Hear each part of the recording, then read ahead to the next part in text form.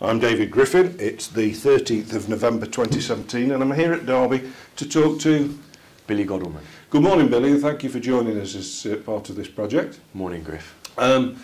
Right, so we sit here on a gorgeous November morning, freezing cold. You can't imagine we'll ever be out there again playing cricket, but it all comes round.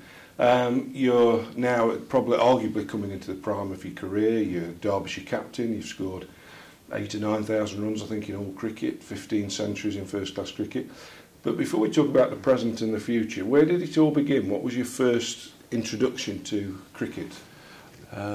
Mine, like I assume many others that I share a changing room with, was a cricket fanatical father, right. Who played recreation and club cricket on a Saturday and Sunday. And well, my mum tells a story ever since I was 3-6 months. All my Saturdays had been down at the cricket club watching my dad. So yeah, I suppose that's where it all. And which all club was that? This would be in Middlesex, would it? It would have been North London, so Hampstead Cricket Club, right. Where I played up until my early teens, where I moved to a rival but local club, Bronsbury, in the sort of North London area, right. Just because the standard of cricket was as high as I could play at that point. And were you playing at school as well? No, not at school, right. Unfortunately. Not in any official capacity. There'd be many a school friend that you could contact and they'd hear my name and look with dread, because I taught many people how to bowl a ball so I could get enough practice within the school right. confines, but nothing actually officially set up through school at all. Right. So you played club cricket. Were you a prodigy? I know obviously you were seen as one a few years later, but in your earliest years were you seen as a particularly standout player or not?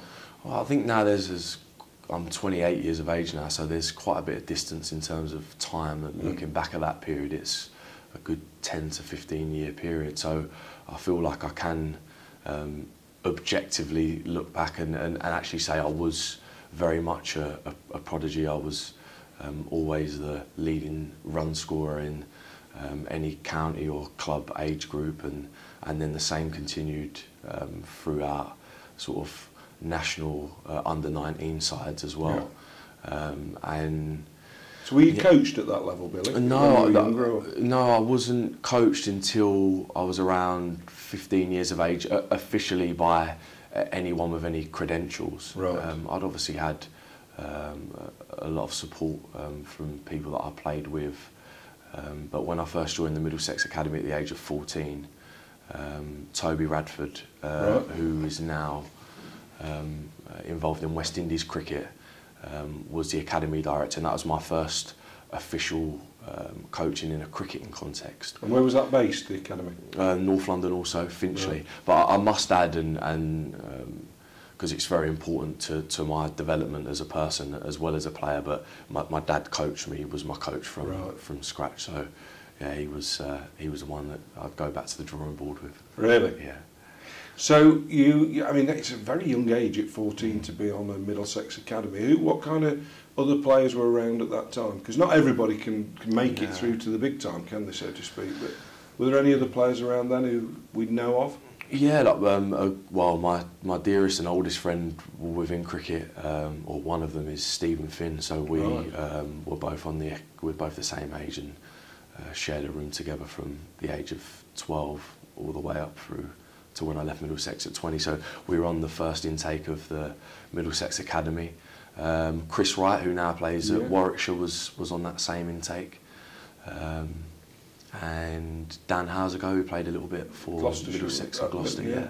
So it was quite a strong first group of players. So at that point, do you have that kind of vision of county cricket, or is it just you're in it for the moment? You're just playing academy cricket, or you're thinking you've got one eye on the big time?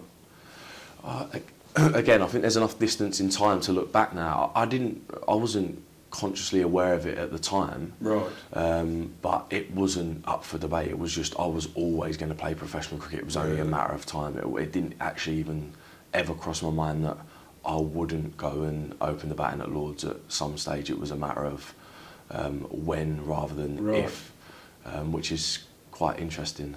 So self-confident, obviously. I mean, I suppose you've got to be, if you're going to play professional sports, no good thinking you're not good enough. I think there's two sides to look at it. I think I do look back in awe and think, God, how self-confident perhaps I was, but also I look at it, I think, very ignorant as well. That Really? yeah, because I was so young and I'd always been sort of quite a talented and produced good outcomes, that it was just the nature of my pattern. So I didn't know anything else. But that, when I did find out that cricket wasn't always scoring runs consistently, that was quite a shock to my system. Well, yeah. I mean, it's. I suppose it is seen as a huge leveller, isn't it? You know, because if that ball's got your name on it, you can be a double ton one day and a duck the next day. So you've said it was a natural progression. So can you tell us a little bit about that introduction to county cricket? How did it come about? Who did you play? Who was the people making the decisions about your elevation to county status? Well, with being on that first intake of the first Middlesex Academy, and I suppose being earmarked as like one of the better prospects for Middlesex cricket in a batting perspective, I suppose I was always sort of looked upon as being transitioned through when the time was right. The two, as well as Toby, who spent hours of tireless time and energy working on my game, I was really well supported by Jason Pooley and John Embry. Right. Embers used to ferry me around, and I used to be in the passenger seat to John, listening to all his cricketing stories and his technical sort of sage advice as well. So they were the real figures that helped that transition come about. And your debut for Middlesex? That also that led into I think the fourth in that sort of period of time real significant figure in my opportunity was former captain of mine and friend Ed Smith, right. Who I believe now sees something in my character, as well as my obviously ability to play, and at 18 gave me the opportunity to play in the first team, and thankfully I was able to make 100 on my championship debut, and kept my place for the whole of that summer at 18. Where did you make your debut? It was at Taunton. Right. Yeah. On worst batting pitches to play on, I suppose, but it was an absolute road, as we call it. Yeah.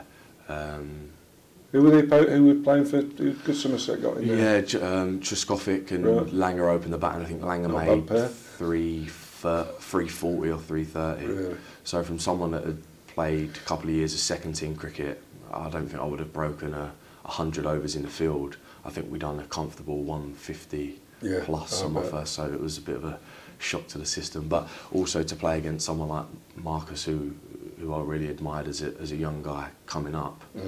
I think actually incidentally I caught him at short leg in my first sort of fielding inning. So I was really sort of humbled by the opportunity even then. And who were the bowlers? Do you remember? Yes, I do. Yeah, Andrew Caddick, another someone that I watched on television growing up. Shah Willoughby, who's a very skillful left arm bowler. Steph Jones, who played here later on in his career.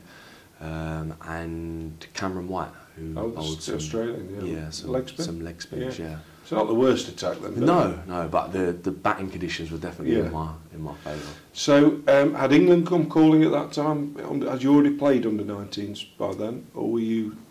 Yeah, I'd played early. I'd played when I was 17 for the England under 19s. I think it was the end of that summer. So that winter I went on. At the time it was an A tour.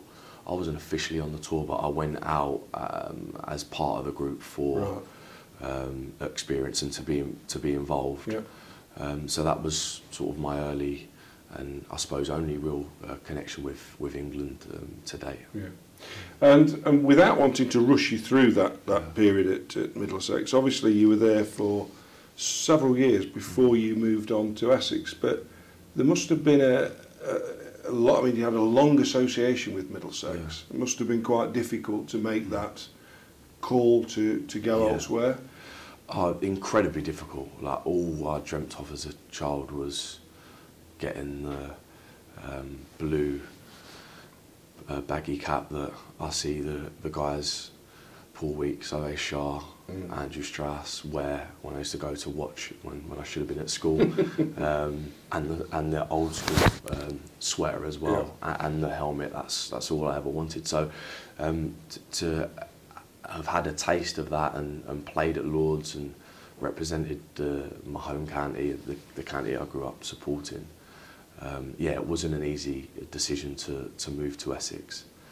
I think the two sort of main factors in that were, one, in terms of my family dynamic, my immediate family, so mum, dad, brother and sister, moved out when I was about 16 to North Essex, Suffolk border, and that had quite a big bearing on sort of my reasons for moving, particularly to Essex, because it meant that I could still commute from London if I wished to, but I was a good hour and 10 minutes closer to my family, because I was only 19 or 20 at the time. And I think the real sort of underpinning of the decision was my sort of understanding of my own game. I believed I was a lot better than I was, and I'm still very ambitious, but I was incredibly ambitious to the point of being naive about my own qualities, and was in a rush to move my career on. I wanted to play for England, so the opportunity to go and play at Essex with Alistair Cook and work with Graham Gooch, who I already had a relationship with through John Embry. They were the real deciding factors to leave Middlesex, but it was a very difficult call. But Essex, I mean, they've just had enormous success this year, winning the county championship, and traditionally they produce a lot of good players. They produce England players. You just mentioned there, Cook and Gooch. So a different environment. Was it? It must have been hugely different for a start. Look at the grounds. You're going from the most iconic Test venue in the world to a fairly provincial county ground, if you like.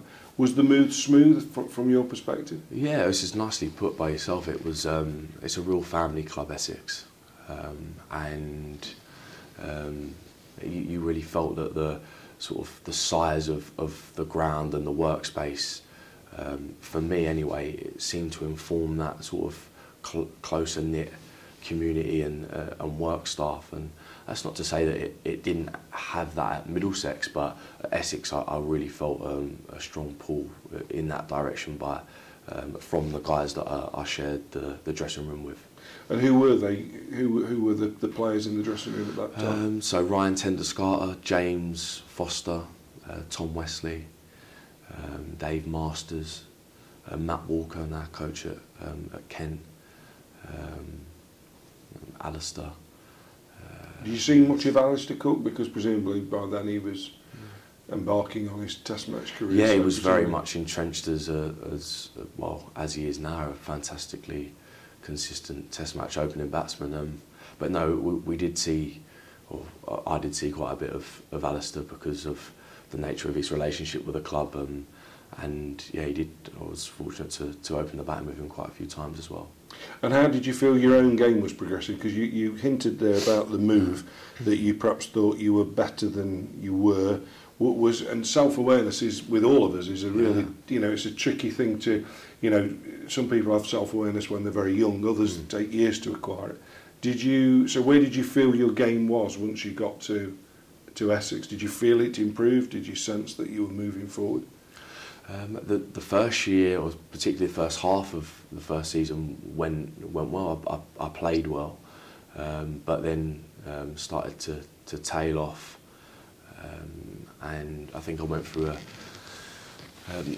a little bit of a self-denial that it was for my form dipping for reasons external to myself. and perhaps some of them could have been, but largely they were to do with my own quality of my own game. But I don't think I was really in a position to accept that at that stage. It was only the start of the second year, and then subsequently the final year of my contract at Essex, of 24 months, where I more than accepted that I wasn't as good as I thought I was. That's a fascinating statement. So do you think that a lot of sportsmen and women, cricketers particularly, perhaps they have that kind of conflict where they don't succeed but don't recognise it's there? Because I know you're a huge thinker on the game, that they don't perhaps identify that they're the reason why they're not putting the feet in the right place, or they're the reason, that there are other reasons for it. Is that something that's difficult for sports people? It's a brilliant question, and it's one that I've toyed with, but I can only speak on my own behalf. My hypothesis would be that potentially so, but then, I don't know, everyone's different. Perhaps there are guys that never sort of fully understand their own limitations, and they just make the best of what they've got. The way I look at it from my own personal point of view is that I was quite fortunate because I played and was successful at a young age and played quite a lot of cricket at a young age. That bided me quite a lot of time. Right. So perhaps I had more time to come to the realisation than perhaps others were fortunate enough to have. Is one possible explanation. Did you at that time have any ideas or hopes of captaincy when you were either at Middlesex or Essex? Did you ever consider leadership? Yeah, well, this is something actually, I don't know if I've ever shared this with anyone, is that, I always thought myself as someone that could lead and should be leading, if I'm being honest, but throughout my sort of teenage years, particularly in age group levels, within sort of national setups and county age groups, I don't think I had the personality that was. I was very brash. I think sometimes I said a little bit too much what I thought. I wasn't particularly diplomatic. I said what I saw, and I didn't care for the consequences, to be honest with you. I was very black and white, but I have learnt with age that that's not always the best route to take. Well, it clearly, I mean, all of this grounding clearly set you up ultimately for the captaincy, because what we'll do in the next interview is we'll talk about that, because obviously you pitched up at Derbyshire in 2013. So thank you very much just for now. It's fascinating because clearly you think about the game massively, which is something I was looking forward to hearing from you. So thanks, Billy, and we'll talk to you again. And if I may, it's an absolute privilege to be asked to be involved, so thanks very much. Thank you. Thank you.